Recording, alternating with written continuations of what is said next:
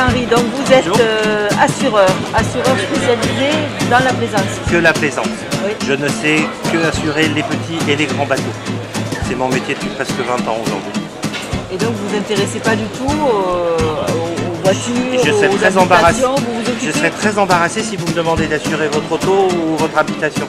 Même si forcément, je suis passé par la voie généraliste au départ, comme on dit. Mais voilà, depuis 20 ans, j'en ai fait une spécialité par goût et par attachement au monde de la plaisance et au bateau, que j'aime bien.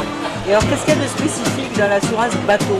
Les bateaux, justement. Oui, d'accord. C'est ça qui fait la différence. Non, mais voilà, c'est effectivement, je réponds en souriant, mais c'est parce que le bateau, et c'est ça qui rend particulier l'assurance plaisance.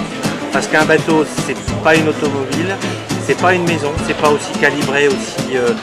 Une automobile, vous allez chez votre assureur, votre auto sur sa catégorie, elle porte un numéro, et en fonction de ce numéro, il en sort des conditions, tout est excessivement calibré. Une maison, à peu près pareil. Un bateau, ils sont tous différents. Ils ont une coque, ils en ont plusieurs, comme ici pour le salon. Ils sont petits, ils sont grands, ils sont moyens, et surtout ils voyagent. Un bateau, c'est fait pour aller éventuellement loin sur l'eau. Et à partir de là, il était logique que des assureurs s'intéressent à ce type-là de risque. Parce qu'il faut savoir les accompagner, tous ces marins. Donc il n'y a pas de barème unique, vous le faites Non. en fonction du bateau En fonction de mon humeur. Ah, ça c'est pas bien ça. Non, évidemment que non, il y a des cadres, c'est plus sérieux que ça. Mais heureusement d'ailleurs, parce que sinon... Mais simplement, bon, j'essaie, parce que l'assurance, ça fait jamais rire personne. On est toujours la dernière roue de la charrette. Ah mais c'est important l'assurance. Eh ben oui, mais c'est franchement pas la chose que les propriétaires de bateaux ou l'acheteur de bateaux, il n'y pense pas en premier. Il va d'abord penser à équiper son bateau, acheter du matériel, l'équiper avec l'électronique à la pointe, avec voilà. Et l'assureur, ah oui, il faut que j'y pense. Alors c'est pour ça que j'essaie d'avoir évidemment un discours un peu plus. Voilà, on est très sérieux, mais on essaie d'y mettre un peu d'humour dans notre affaire. Mais c'est quelque chose de sérieux d'assurer son bateau. Et qu'est-ce que c'est qui arrive en premier, comme l'incendie Alors si vous me demandez une Pas de statistique, statistiques. si bien sûr il y a des statistiques sinistres. L'incendie c'est ce qu'il y a de plus dramatique à bord d'un bateau, globalement. En clair, si on raisonne, ce qu'on appelle la perte totale, c'est-à-dire qu'il n'y a plus de bateau. Où il est de toute façon dans un tel état que voilà, il n'y a plus rien à faire d'autre que de dire à l'assuré, écoutez, voilà votre bateau, on l'assurait pourtant, et voilà voilà la somme dont on était convenu pour votre bateau.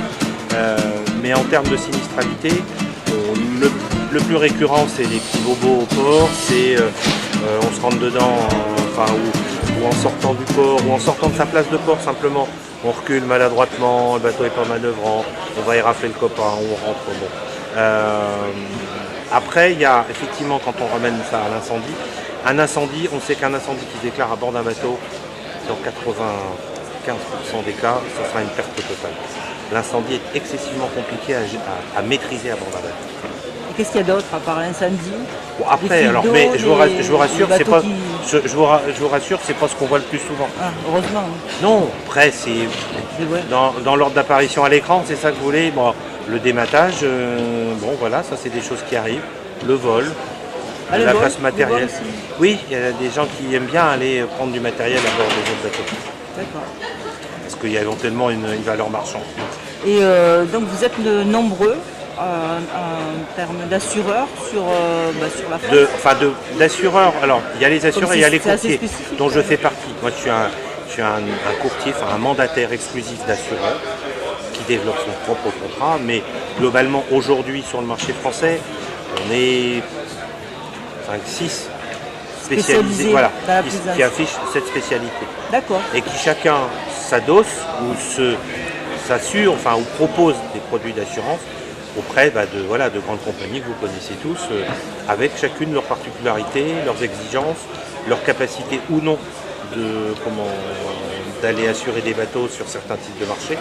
Voilà, parce que c'est ça le sel du métier, c'est d'être capable de répondre présent à quiconque a un bateau et quel que soit le programme. Très bien, merci beaucoup.